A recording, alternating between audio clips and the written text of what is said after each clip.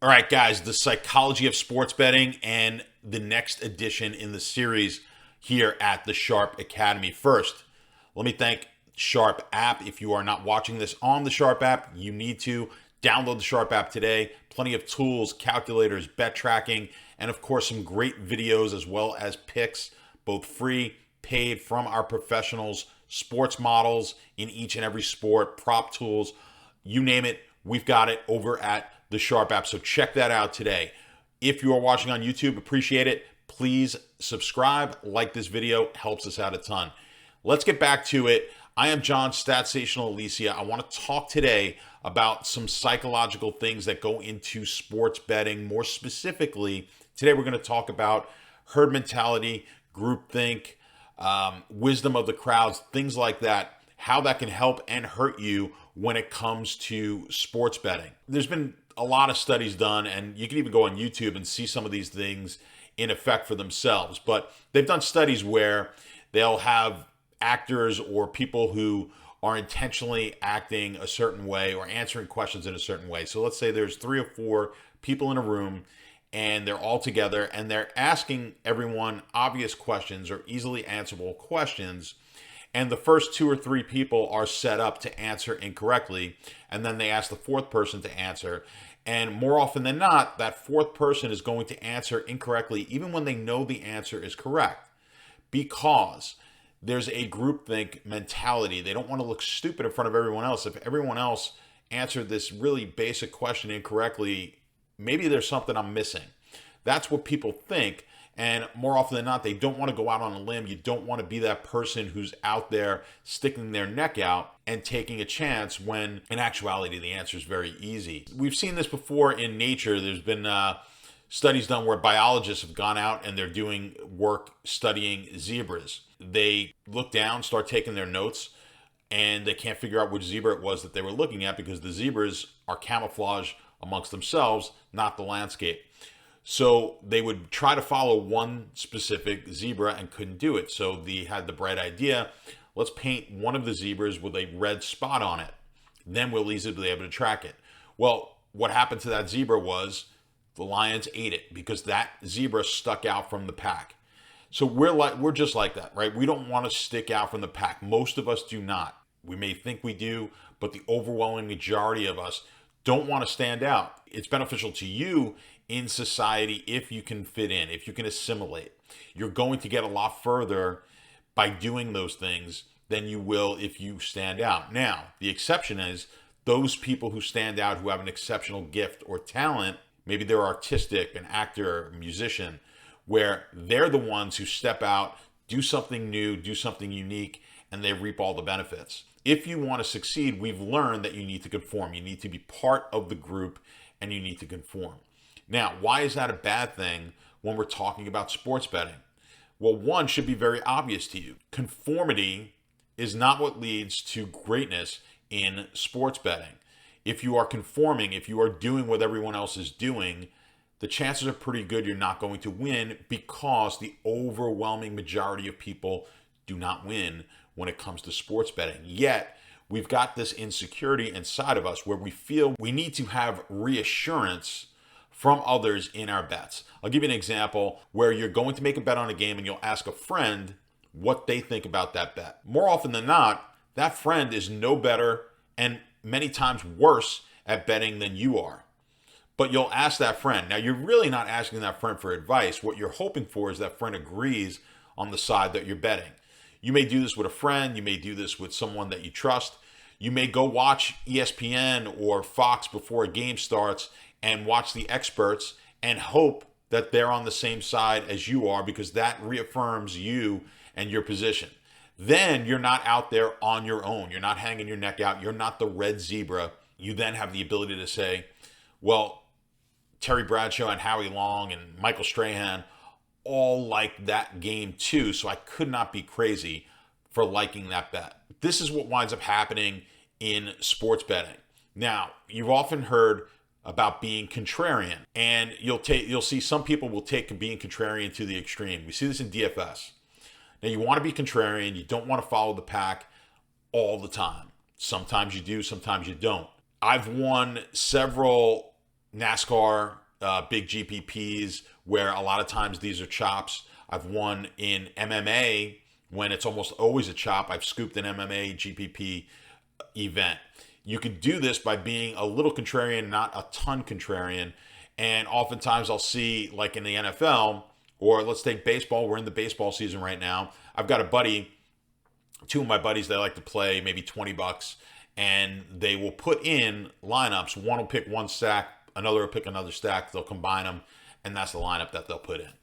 My one buddy is pretty conservative. He's going to take one of the top stacks of the day. My other buddy will try and look for the stack that nobody's going to take, which is not a bad idea, but he looks for the stack that's like, if there's 30 teams on the slate, he's looking at stack 25 or 26, when you really only have to go down to stack 4, 5, or 6 to really get yourself an edge and leverage in the event. And when you get down to stack 25, the chances of that team being the stack in the winner becomes slim. We do this all the time. Some people, when they hear contrarian, all they want to do is just be the opposite with everything. That's not the way it's always going to work, because as we know from Wisdom of the Crowds, if you've ever read the book Wisdom of the Crowds, or if you have not read it, I strongly suggest reading that book. Fantastic book. They go back to the beginning of how they realized Wisdom of the Crowds was a thing and how crowds were smart in groups. There was a county fair, forget where it was, early 1900s. They were giving away an ox. Everyone had to guess the weight of the ox, and whoever guessed closest would win. What they found out was, after hundreds and hundreds of guesses, the average actually was closer than any one guess was. Because if you took all the information, everyone was using a different technique to come up with the weight, and you combine that, it actually came up with a closer weight than any one individual was able to handle on their own. This is why the stock market is really the ultimate wisdom of the crowd, because you're taking people, some people are using a technical analysis, some are using fundamentals, some are just throwing a dart at the board. But whatever it is, you're taking a large group of these people, putting them together, and they're putting their money where their mouth is on their investments. Same thing in the sports betting market. That number that you see on a very liquid market, NFL, NBA, college basketball, college football, those are wisdom of the crowd. They're extremely tough to beat because you've got a large group of people putting their money behind what they think the winning pick will be. Now, how do we use this information to our advantage? We want to be contrarian. We don't want to follow the wisdom of the crowd. We don't want to follow the herd. We don't want to be contrarian for the sake of being contrarian. What I want you to do now is understand, where is the majority of this herd coming from? Where is the wisdom of this crowd coming from? They're all gathering information, for the most part, from the same places. The ESPNs, CBS Sports, Fox News, whatever websites and TV and podcasts, whatever they may be that are popular for that particular sport, everyone's reading that same information. And we've all watched previous events in that sport. So we watched the basketball game last night. We watched the football games last week. We watched the MLB schedule the night before. We saw that pitcher pitch. We've watched the goalie play last night in hockey. We've seen all of this. Understand now, go back to the Gamblers Fallacy. Put all these things together. Understand that what everyone is watching is going to skew how they feel about the next event. So you don't want to be contrarian just to be contrarian and say, well, if they won last game, I'm going to bet against them this game. That's not going to work either. What I need you to do is come up with some ideas as to why. Look at the NFL. You've got a whole week in between games. Think about it. Why did this team perform so poorly? Maybe there's something on holding penalties or pass interference penalties. Teams that get an inordinate amount of pass interference penalties maybe are now undervalued in the next week. That's a possibility. You'd have to do your research and find it out, but you need to come up with these theories and then do the work to figure it out. Perhaps teams that had an inordinate amount of offensive holding penalties, or they were offsides a whole lot in a game. Things that would really be to the detriment of the team. Penalties are a huge factor in the NFL. Last season, we saw a limitation on offensive holding penalties. Scoring went up dramatically. If you have an instance where a team gets called for more offensive holding penalties than normal in a game, perhaps the following game they're going to be undervalued. So start looking for those opportunities. But I want you to really focus on how can I find teams that are going to be undervalued and overvalued? So just like you come up with a theory on why a team may be undervalued, start to look at that same theory, perhaps the opposite. Maybe a team played really well because they had no penalties last week, or they had no turnovers. The things that may not be the focus that most people are looking at. Everyone's going to look at so-and-so threw for 300 yards and 4 touchdowns and no interceptions. There are hidden things within the statistics that may give you an edge to put you above where the wisdom of the crowd is and where the herd mentality is on that particular game. That's all we're trying to do, is find value in the lines, and we're not trying to predict. What you're doing when you're asking someone what their opinion is often they're just trying to predict who's going to win the game. If you ask someone, who do you like in the Super Bowl, they're just going to give you who they think is going to win. And more often than not, they're going to tell you who the favorite is. That's who they think is going to win. I mean, that's just the way it goes. I don't know who's going to win, but I'm looking for edges. There are a ton of things out there where you can do research that you don't have to pay for, and start looking. But start looking for reasons, not just because the team is bad. Look for reasons why that team got blown out. And perhaps just because the team gets blown out, you want to be on that team the following week. Perhaps teams that were blown out playing teams that won in a blowout fashion. That's a double whammy. Maybe you're going to get a situation where they are way overvalued because of the fact that they're coming off a big win. The other team's coming off a big loss.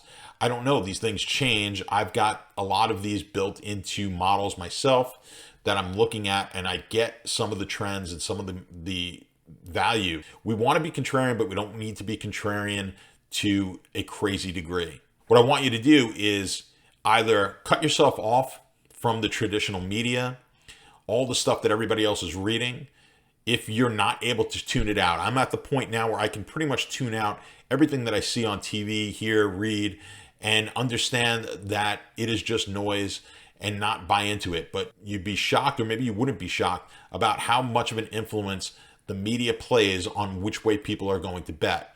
So when you get good at this, you could start watching the media to figure out where the good contrarian plays are, when they're hyping up a certain team. I want you to start looking for statistics that may be underlooked, that are not being talked about in the media. Look for an addition of a player that may not be talked about in the media. Most players do not affect the point spread all that much. The quarterback in football is going to affect the point spread greatly.